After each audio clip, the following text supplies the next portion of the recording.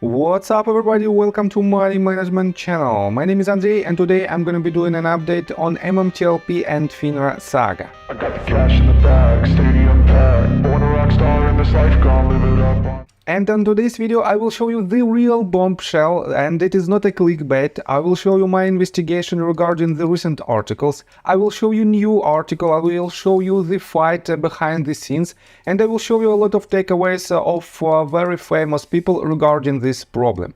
And before that, I want to ask you to hit the like button, subscribe to my channel, share this video with your friends and family, and drop me a line in the comment section if you think my videos are valuable for the community.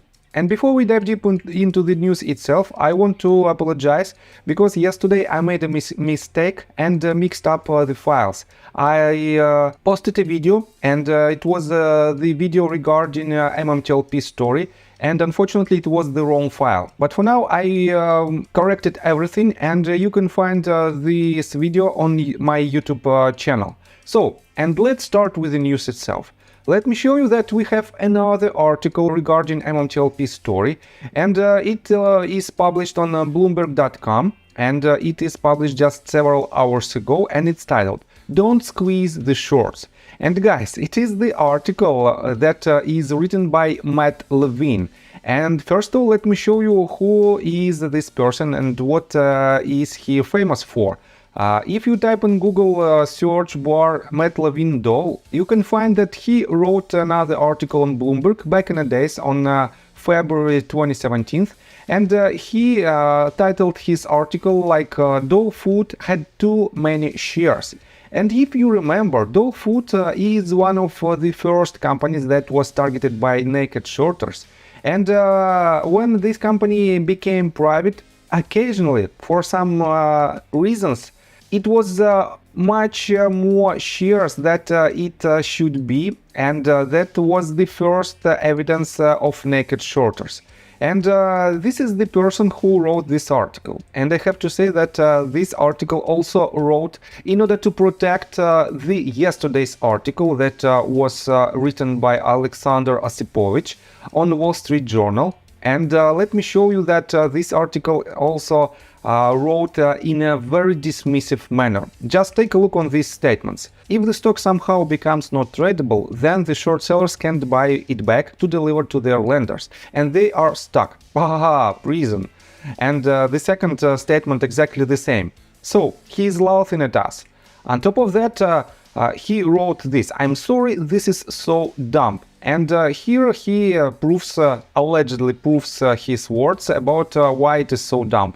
And he wrote, "If you are a public company chief executive officer and your main goal, or even one of your top 5 goals, is punishing short sellers, then you have already lost. That's a terrible goal. The way to deal with short sellers is to run a good business that makes a lot of money. This will make your stock go up, and the shorts will take care of themselves. Short sellers don't matter, they can't hurt you. At most, they can make your stock go down a bit, but your business does not depend on your stock price. Your business depends on your business. Just do your business, ignore the shorts."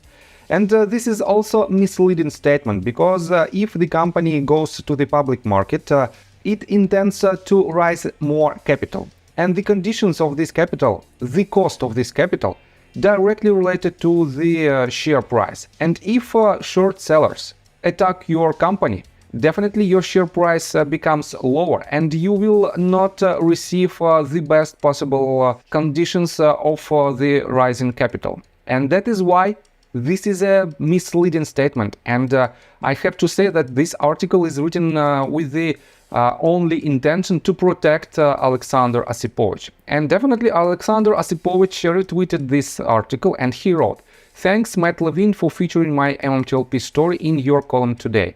This is worth a read for all sane people who want to understand the real, non-conspiracy version of what happened with MMTLP." So he said that this article was written for all sane people. So does it mean that we are insane? I don't think that it is a proper language in journalism space.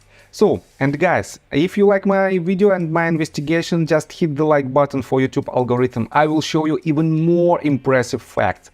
So, and Alexander Osipovich also retweeted his own tweet, and he wrote, "Some takeaways from MMTLP saga from Matt Levine." And he wrote, "My takeaways would be, naked short selling is an imaginary problem." So, it doesn't make sense, because even right here, if you take a look on this tweet that was made by Uncle Smokey, he wrote, "So, if naked short selling is an imaginary problem, then why on earth would the SEC post its exact definition, what it creates, and heck, they even made a regulation about it called Reg SHO. Perhaps you have heard of it, Alexander Osipovich and Matt Levine.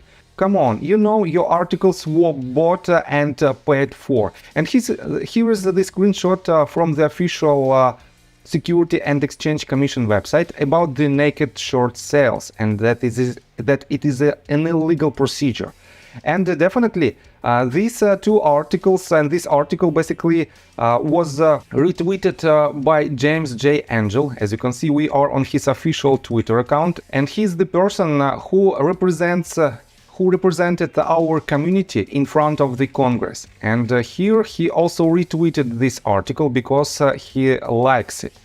And I have to say that due diligence made an answer, and he also reacted on this crap, and he wrote, "You just want to keep going, don't you? Capital disingenuous. Okay, did you report on this by any chance? No, keep going. I have 20 plus more emails to post to show how you neglected to live up to the principles of what is generally considered to be fair, balanced, and accurate journalism." And he added the screenshot of his email, and I don't want to dig deeper inside it, because there are so many facts and I will spend a lot of your money. I just want to give you some facts, some more facts.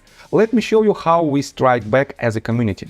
Kevin Berthold yesterday, basically today, as you can see, June the 9th, he wrote this article, "Wall Street Journal joins the assault against investors to subvert justice and support the fraudulent theft racket." And Kevin Berthold is the person who made another article in response to the Forbes' article that was written last week. And in his article, he also made a very thorough breakdown of why this article is bold and misleading, and why it is written in a dismissal manner. On top of that, let me show you right here that Busy Brands retweeted this tweet that was made by 100 MPH, and he wrote, "Jim Cramer calls MMTLP investors stupid, while Wall Street Journal article does their hit piece with angel backing. Naked shorts were at the highest level. Judge's order will show counterfeiting of stock, and all these entities will eat crow. Only a matter of time. Congress, pay attention." And he retweeted the tweet that was originally made by Busy Brands, and Busy Brands retweeted the video when Jim Cramer said that MMTLP community is a stupid community.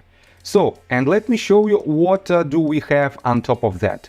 In response to this, Tony Tweets retweeted this, "Inverse Cramer, we will win." And I completely agree with this statement, because when Jim Cramer says something, definitely you should keep this in mind, but you have to do completely opposite. His predictions on certain stocks was made completely in opposite direction. That is why, in my opinion, when we can see this type of pressure from the officials, from the major medias, definitely it shows that they are afraid of us. And on top of that, let me show you that Tony also retweeted that this breaking news. Gary Gensler has been charged with market manipulation. Coinbase provides evidence of Gary placing over $2.5 million in BTC shorts just 48 hours ago. So, and on top of that, let me show you another article that was published on CNBC.com, and it says, let me quote it for you like this: "Binance lawyers allege SEC Chair Gensler offered to serve as advisor to crypto company in 2019. And the key points showing us that Gary Gensler is also performing some kind of illegal activity. And that is why, how they dare even to mention about our position that we are wrong. If they cannot properly do their own work, and we have a lot of evidence how they messed up with this. I want to show you another article that Goldman Sachs fined $3 million by FINRA over mismarket short sales. And let me quote you this. Goldman Sachs was fined $3 million by the Financial Industry Regulatory Authority for mistaking nearly 60 million short sell orders as long and related supervision failures. So, 60 million short sell orders, not the stocks, but orders. This means if you divide $3 million by 60 million orders, it will give you just 5 cents. And they fined Goldman Sachs for only 5 cents for each order that they mismarked as a sell orders instead of long orders. And it is not more than just a tiny commission. And this fine doesn't make sense. And this entire situation shows how fraudulent our markets are. And we should unite in order to win this battle. And to do so, please subscribe to my channel, hit notification bell, share this video with your friends and family. Only in this case, we will be able to attract more attention to this problem. And eventually, we will win this battle. So, see you guys and girls next time. Bye! I got the cash in the bag, stadium packed.